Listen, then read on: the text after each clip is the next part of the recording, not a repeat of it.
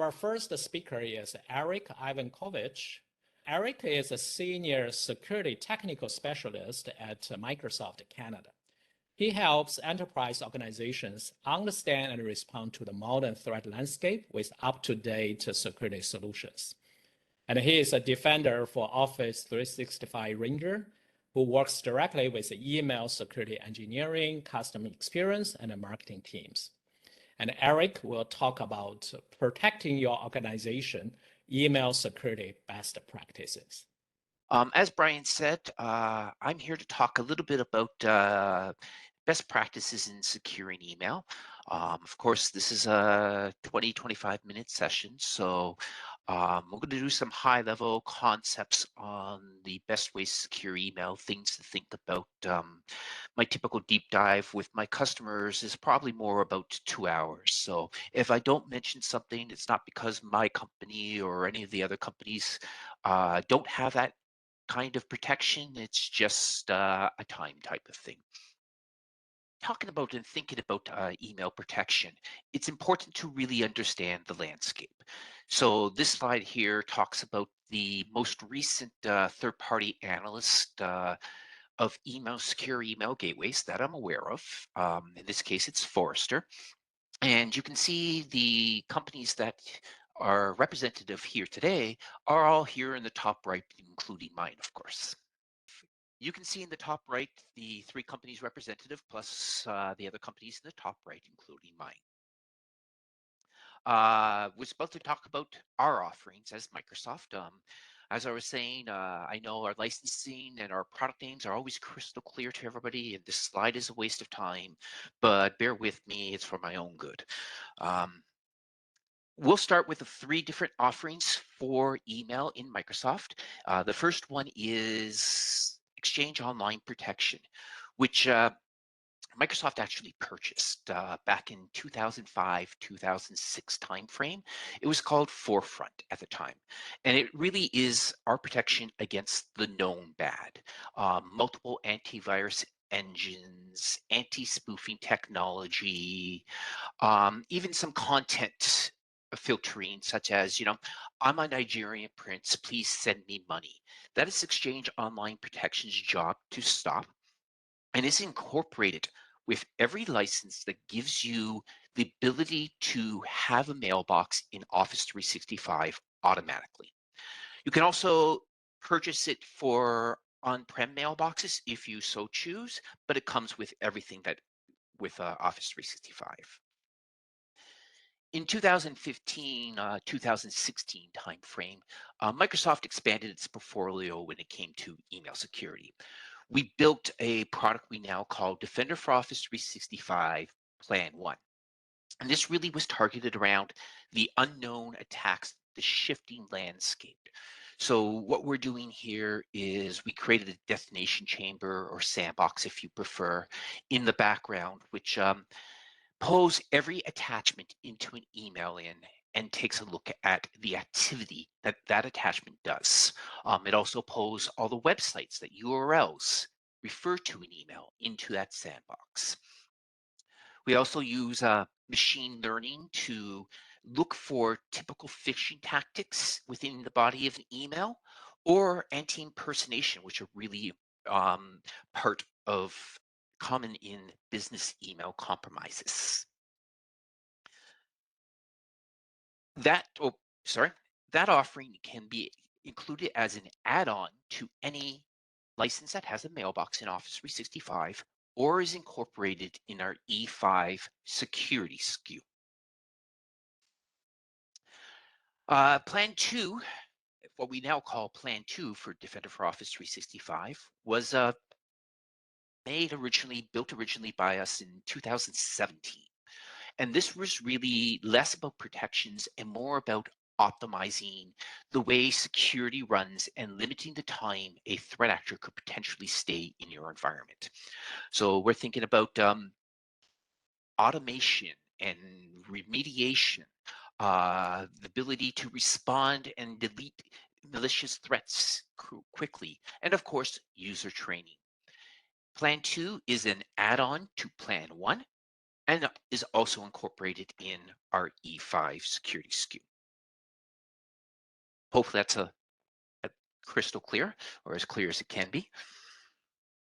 Speaking of the different plans, really that leads to the story of Microsoft and how we think about securing email in an enterprise environment.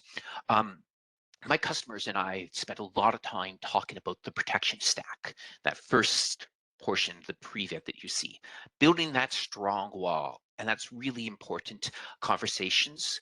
But you always have to consider that hopefully less than 0.1% of emails that are going to get through, because the way the landscape changes, no protection technology can possibly predict what the threat actors are going to do in the future. And we have to always be looking for the things that do get through and how do you clean that up. So at Microsoft, we throw these into a bunch of different pillars. You can see them up there. I'm going to touch briefly on them to really get yourself to a secure email enterprise state. I'm going to start with the protection stack. At Microsoft, we use the term edge protection a little bit differently than some other companies. Some other companies will use the term edge protection as the full, what we would call at Microsoft, transport pipeline, or anything that happens during delivery. For us, edge protection is when the sending SMTP server is first making that TCP communication to Office 365. So when it does that, before it's identified for the environment, your environment, we know a bunch of things about that sending server. The IP, the domain that's being sended, all those things. So some of the key protections at this are really about the reputation of that IP or domain. Is it out there? Has it been seen to be used in malicious attacks? We then look at things like the age of the domain or the IP. So if it's automatically within 90 days, it's been popped up by a threat actor or anybody in particular, and it hits your environment, we're already automatically going to throw some machine learning at it to make sure that this is a new company and not something that a threat actor has just popped up.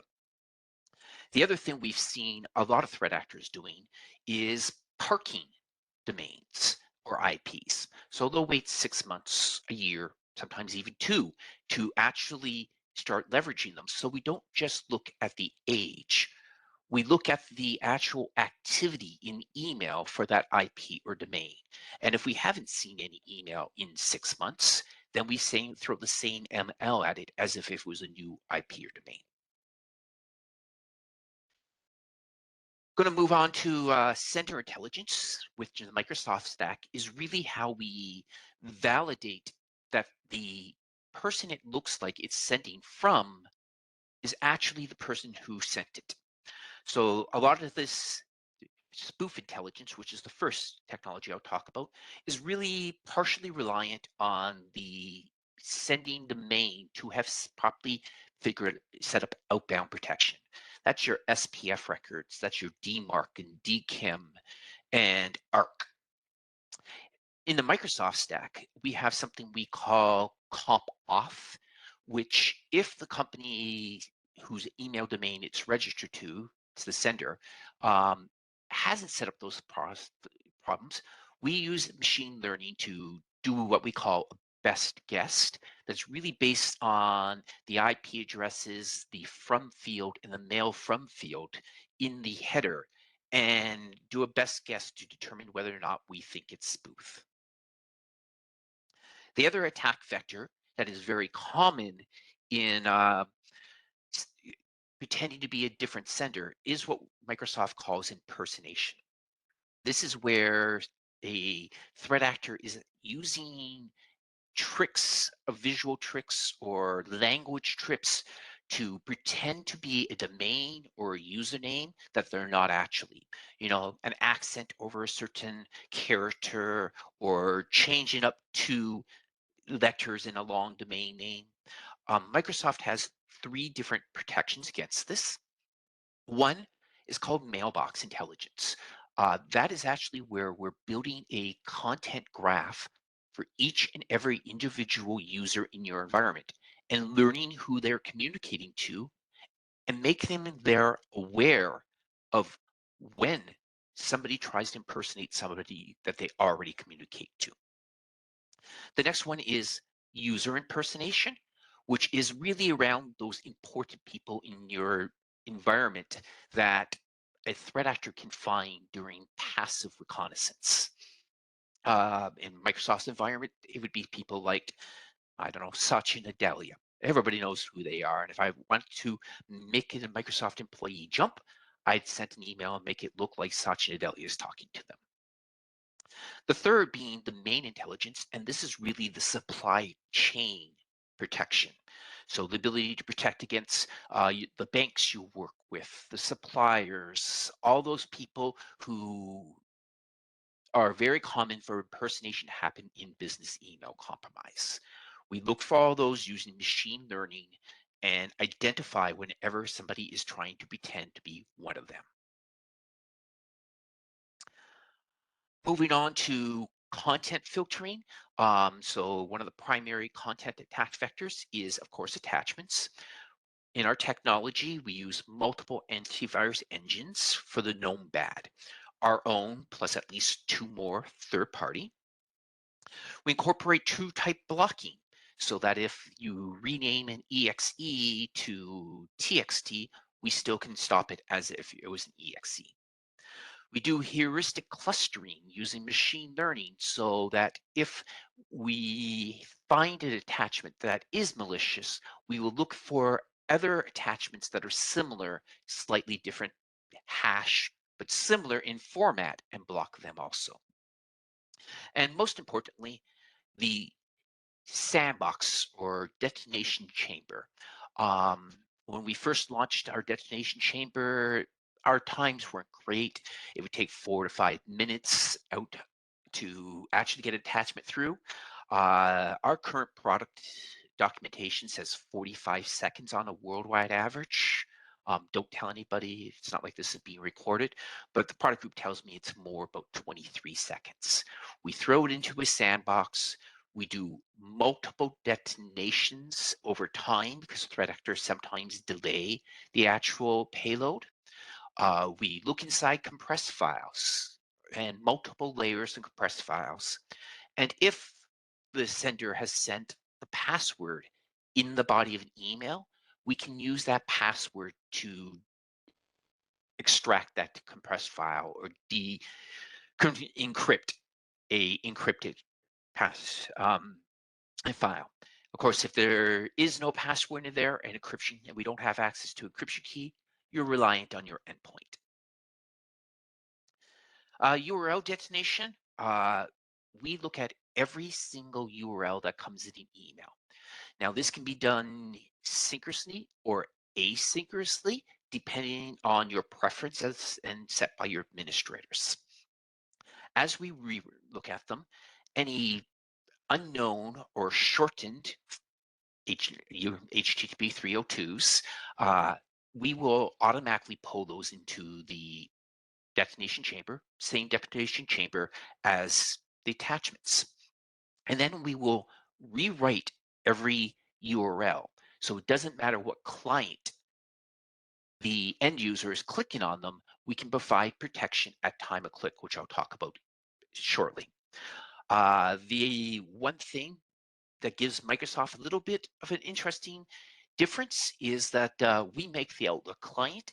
So even with rewritten URLs, if you're viewing them in Outlook or Outlook on the web, when the end user hovers over, they don't see the rewritten URL. They actually see the original URL as the sender intended, so they can make an educated decision on whether or not they should click it. Moving off to after delivery protections, getting that hopefully less than 1% of emails that might make it past your big scary wall. The first thing we talk about is what we call zero hour auto purge, my apologies, and is built into Exchange Online. Because our Defender is built right on top of Exchange, every time we find out something new is malicious, we can reach into Exchange without configuration, without a service account, and remove that event that we now know is malicious. The other one I want to touch on is that safe links time of click protection. So we have rewritten those URLs. When an end user clicks on them, it will do a create reputation check with Office 365, and then that endpoint goes directly to the website. We're not a proxy. No PII goes over us. But what we will do in the background is pull the resulting website into a destination chamber to be reevaluated, because we see a lot of times when a threat actor is actually weaponizing the URL after delivery. Moving past a little bit past the protection stack and talking about a little bit about helping you understand what could be in your environment, we're going to move into the detections. So one of the big ones is notable campaigns. So this is if a Nobelium type of attack happens tonight. In the morning, your CISO wakes you up and says, has this affected us?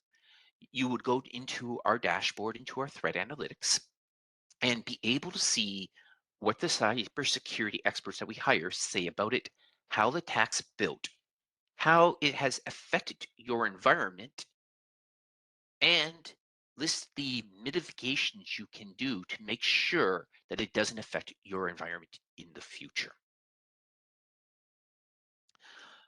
Campaigns is another type of detection. This is more about targeted attacks towards you over time. We will correlate similar attacks with similar IPs or domains or payloads into campaigns so that you can understand the indicators of compromise that threat attackers are using to try to attack your specific environment. We also give the ability, not shown in this screenshot, to click one button and produce a report for your executives on how that campaign has affected your environment, how much was blocked, and also the tools, techniques, and tactics associated with that campaign. Investigating and hunting. So we have what we call the email entity page. This is a screenshot of it where you can find out all the reasons as to why or why not we decided this email was malicious. Here you can see under the analysis tab, the system overrides. In this specific case, it's been allowed by an exchange transport rule, and you can see the transport rules. It would also list it if an end user has whitelisted the sender or all those things that could potentially cause a false negative in your environment. It will list it right here. What it will also do is show you the deep analyst of a attachment or URL as to why. So here you can see that the verdict here was that there was HTML that was determined as bad by a machine learning. If I clicked on that screenshot, it would actually show you the screenshot of the attachment being executed in our sandbox. Along with, you can see the behavioral details that that attachment was dropping files and modifying registry values, right in all in one place for you to be able to really understand what this attack is. The other important part of investigation really is around your end users. I know in security, a lot of people will talk about end users and say that they'll always be the winkless leak. But I firmly believe that if you educate them properly, which we'll talk about in a little while, they can help your investigations and make your security stronger. So in our technology stack, whenever an end user reports the message as phishing to your administrators, we can execute what we'll call an investigation that will see if this is actually malicious, determine a verdict for you, and then potentially, if it is malicious, do an investigation to an automation to clean up any damage that email has done and remove that from mailboxes using that 0-hour auto purge that I mentioned earlier. This is the type of investigation I'm talking about. So here you can see this is actually a URL that was weaponized after delivery. So an end user clicks on it. We thought it was good during delivery. The threat actors changed what the URL does. Now we know it's malicious. So we need to investigate what damage is done in your environment.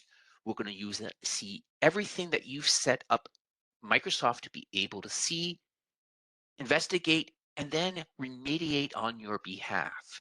Be able to automatically block that URL that is now malicious, to reach in, delete the emails. But potentially, if you're using Azure Active Directory, force the user to password reset because now we've got a compromised credentials, and enable MFA on that user. We've also potentially clean up mailbox rules, all those things a threat actor potentially does to try to remain in your environment automatically in your behalf. That leads to the conversation about getting beyond email. So one of the neat things about our Defender product is when we renamed it last from Advanced Threat Protection Defender, in the background, we were actually rewriting our email security and our endpoint security and our CASB to be the same product. So these products don't actually share signals to each other. They actually work together natively and allow you to use incidences to correlate alerts between multiple security products without switching screens. I have seen and personally worked with environments where once a threat actor gets into an environment, what they will do is try to purposely raise alerts throughout your multiple security systems to confuse the security operations teams. And this really helps with that, to correlate dozens or even hundreds of alerts into one incident so that you really understand that this is all one attack. I mentioned end user training awareness. So we built an end user training awareness back in 2017. And about a year and a half year ago, 2 years ago, we really rebuilt it from scratch because we had found that the templates we were using were not actually educating the end users in the way we wanted. Hopefully an end user would have never have seen an actual threat because your protection stack's protecting against it. And all we were testing end users to do was identify templates. So we took a different approach with this one, where we de-weaponize actual attacks that happen in the wild, out in the threat landscape, and allow you to send them through to the end users to see if they would have fallen for it. We then built in the ability for you to harvest attacks specifically to your environment so you can de-weaponize them and send them through. We didn't build our own training content. What we did was partner with a company called Terra Nova based in Montreal. And with the product, that licensing products, the P2 licensing product, it incorporates all of Terra Nova's training material at no extra cost so that you can educate your users as to the attack and then get them to be part of that strengthening of the email system through submissions. Of course, all this is great, but as the threat actor landscape changes, protections are going to change, recommendations are going to change. So we built in a couple of things. One, for smaller companies that don't have a full SOC team to investigate, you can simply implement a certain level of protection by enabling these preset policies. Standard policy, which basically means if we identify it, we're going to put it to junk mail, or strict policy, which means if we identify it as malicious, then we will take it out of the transport pipeline and quarantine it. The other feature, which is not pictured here, is a configuration analyzer, which for the companies that want a little bit more control, will tell you your variance from these policies. And if a new protection comes out, let's say tomorrow, it will light that up and let you know that there's a new protection that you may want to look at and enable. Want to thank you for listening to me ramble on for about 24 minutes. And my marketing team definitely wants me to make sure that you are aware of the following URLs: our akm.ms for Defender Office 365 to learn more about our product, our MDO blog to stay up to date with our product, or our very in-depth MDO Ninja training, gotta love our naming, to really, really learn how to be an expert in our product.